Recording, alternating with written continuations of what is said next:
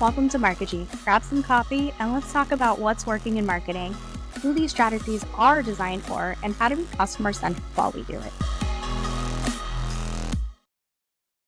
Hey there, this is Leanne. Today I'm going to ramble, rant, share, explain one thing I'm very passionate about and well known for, and that is operational excellence and marketing optimizations for efficiency. Now, I'm the first person to tell you you need to put a human touch on things. You need to have that relationship with your customers.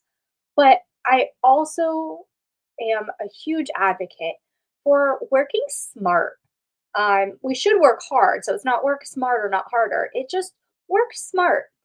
And so you'll find that one of the habits that I've trained into myself is this organizational necessity where if there is a way that I know I'm going to have to repeat this action that I'm doing, I create a repeatable, scalable process. And what this looks like is I know, for example, I'm going to be recording podcasts. So instead of reinventing the wheel every single time, the things that I can make into a repeatable workflow that is hands off, the smoother it is, right? Then things don't slip through cracks. For example, a guest will always get the discussion prompts, they'll always get the social handles to tag me, they'll always get the workflow that comes from scheduling a podcast recording with me. Similarly, in my workflow, I know that I'm always going to need certain items. I've put those into a library of basically a media kit. And I titled it Media Kit so that when I'm going to be a guest on someone else's, I also have some of those same assets. Things like my logo, things like my headshots, things like certain graphics or templates. And so, what this does is not only do I have it all in one place because I'm going to have to go find them again, I have it so I can share with other people. So let's say there's a day where I'm just up to my eyeballs in work and I have an episode that's going to come out and I need to hire a freelancer to do some of the editing or production. I can just pass it over. They have the instructions, they have the blueprint. And so what this does is how that then is actually translatable to a repeatable, scalable process is that I can be like, I've been doing this thing and it makes absolutely zero impact into anything. I'm gonna stop doing it, and then I'm not wasting as much time. But to the other point is, if I'm doing this thing every single time, and it's in this library, and I need to hire more people so that I can focus my time on higher priority things, I can build out a department or I can build out a team that already has their marching orders. They don't need to come to me and be like, Leanne, where is your outro MP4? Leanne, what is the, brand colors for the Marketing podcast? It's all right there. They have the answers at their fingertips. And it enables people to work smoothly without have the frustration of like, where do I find this? What folder is it in? This folder says this folder says that, which one's most accurate? You keep a living document that is up to date and you maintain it and then you reference it frequently. So, what this looks like when you're building out a new venture or a new department or a new channel or tactic or strategy is that you look for those places where you're always going to have a certain need. And then you investigate what is that? What does that look like? And how can I turn that into something that doesn't require me to be constantly uh, reinventing the wheel, right? So, what this can look like is I've made this behemoth of a masterpiece of basically a blueprint to a marketing department. Soon I'll be launching a course on it, but I want people to know this stuff more than I want people to buy a course from me. So I'm going to explain to you what this looks like. If you're able to see this on video, you're going to see what I'm sharing, but I will do my best to not only talk about what you're seeing on the screen.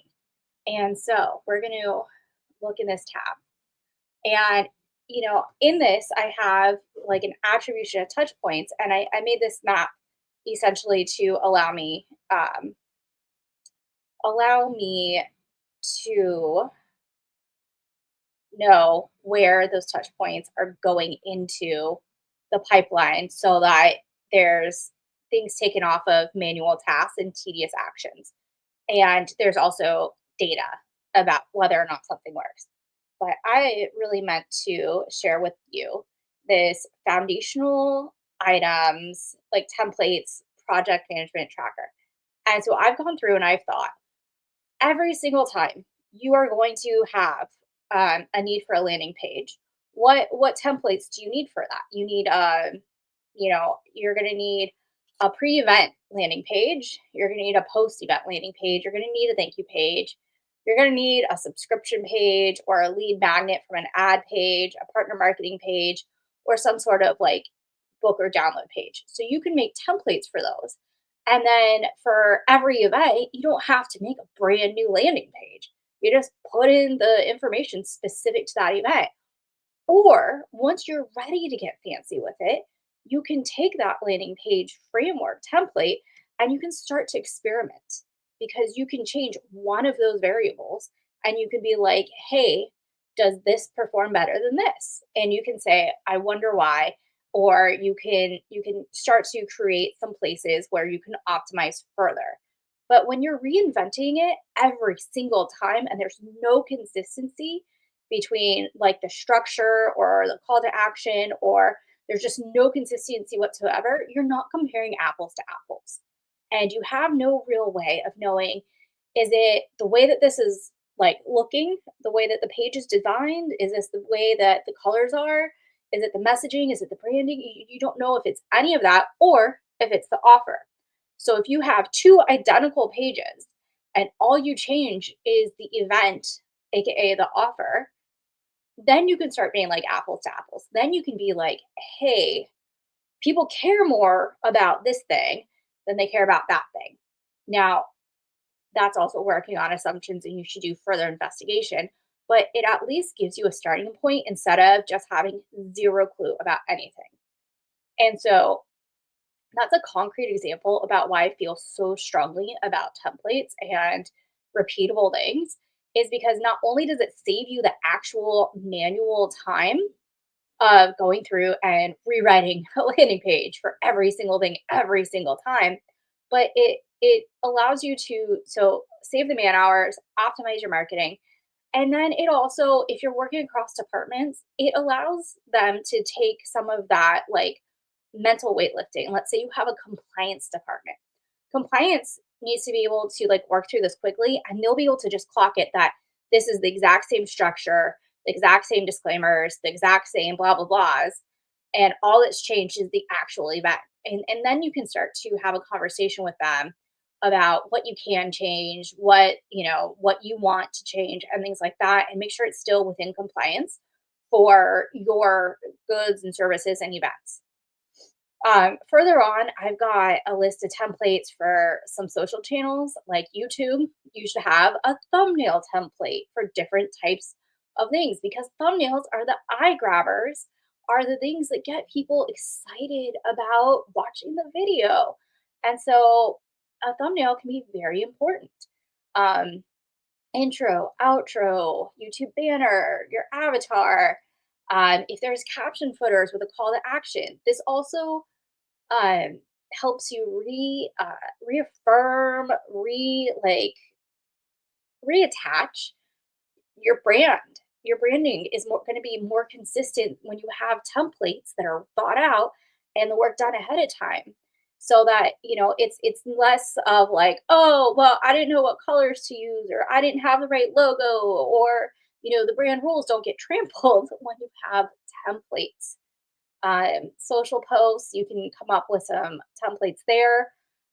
Decks. So when you start to give presentations, let's say that you are up on stage giving a speech as a representative of your company or as a solopreneur, when you have a deck and you have a standard template for the deck, that allows you to then go from conference to conference to give similar speeches and update it. You don't have to rewrite the entire thing every single time, even if you are updating your material based on, oh, I said that thing and everyone's eyes glazed over. They had no clue what I was talking about. I got to explain more.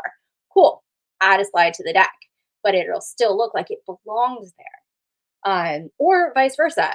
I gave them way too much information. I need to simplify it. Take some stuff out of the deck.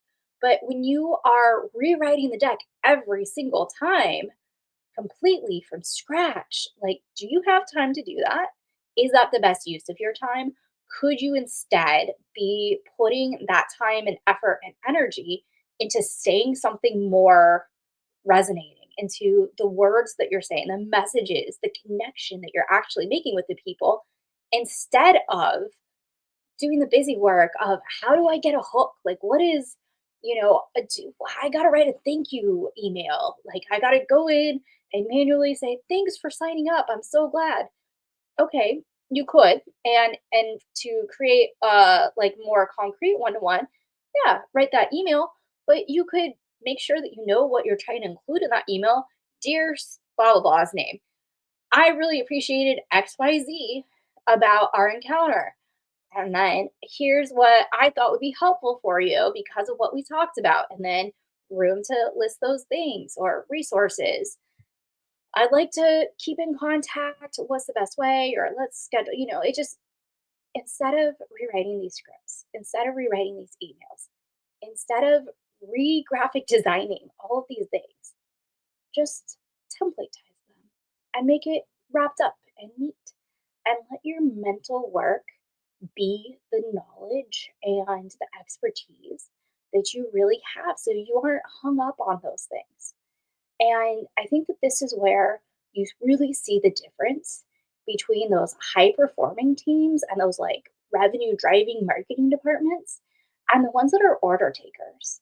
The ones that are like, oh, well, sales wants us to do this. Okay, why? Like, how? Like, to what end? When you start to have templates, you can be like, ah, I got you. Let me just send this over. I've updated a couple things. It puts the power, the ownership, the proactivity where it belongs. And I could talk about this for another 20 minutes about why I am so passionate about these types of things. But when you start to templatize it, it's almost like wearing a uniform. You know that you need shirts and pants. You know that you are going to wear those clothes instead of digging through the entire closet and does this match? Does this go? Oh man, I wore that yesterday. Like, who cares? Who cares?